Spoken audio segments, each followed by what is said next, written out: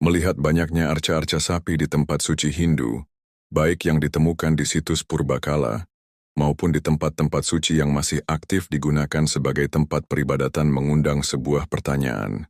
Banyak orang beranggapan kalau agama Hindu identik dengan penyembah sapi, apalagi pada kenyataannya sebagian besar umat Hindu di dunia berpantang untuk mengkonsumsi daging sapi.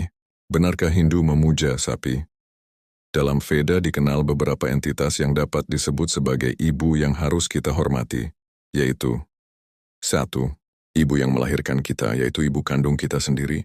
2. Ibu yang menyusui kita walaupun tidak mengandung kita.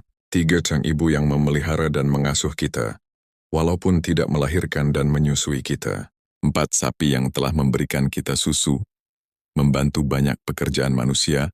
5. Ibu pertiwi, yaitu bumi dan alam yang telah memberikan penghidupan pada kita dan harus kita jaga kelestariannya. Kembali ke topik sapi. Lalu apa saja manfaat sapi untuk kehidupan manusia? Pertama, ketika seorang bayi terlahir tanpa orang tua atau bayi tersebut memiliki ibu yang tidak bisa mengeluarkan ASI, apa tindakan kita? Sudah pasti kita akan memberikan si bayi susu sapi. Susu sapi bisa diberikan ketika bayi baru lahir. Lantas apakah setelah si anak besar berkat susu sapi yang diberikannya itu, lalu sang anak tega memenggal sapi yang sudah memberikannya kehidupan? Kedua, ketika nenek moyang kita mulai belajar bercocok tanam, dan belum diketemukannya alat traktor yang canggih seperti sekarang, sapi sangat membantu kehidupan petani di zaman dulu. Lalu pantaskah sapi yang begitu besar andilnya dalam mencukupi pangan dari manusia, dan tega mengambil dagingnya hanya untuk kepuasan lidah?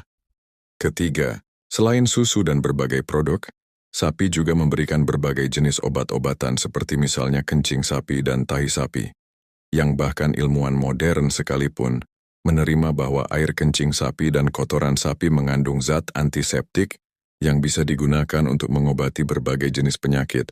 Sekarang gunakan hati nurani kita. Apakah kita akan tega membunuh dan memakan daging sapi yang sudah kita minum susunya, yang sudah membantu pekerjaan-pekerjaan fisik kita dalam menarik pedati dan juga membajak sawah, di saat manusia dapat dengan mudahnya membunuh, memotong kepala sapi tanpa perasaan? Maka di saat itulah mereka akan memotong kepala manusia, dan bahkan ibu kandungnya sendiri, seperti memotong kepala seekor sapi.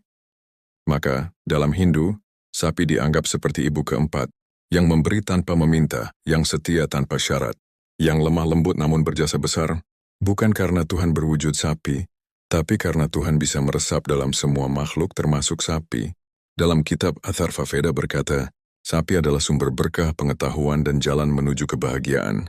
Jadi bukan tentang pemujaan, tapi tentang penghormatan dan rasa syukur. Karena menghormati yang memberi hidup adalah bagian dari mencintai Tuhan itu sendiri.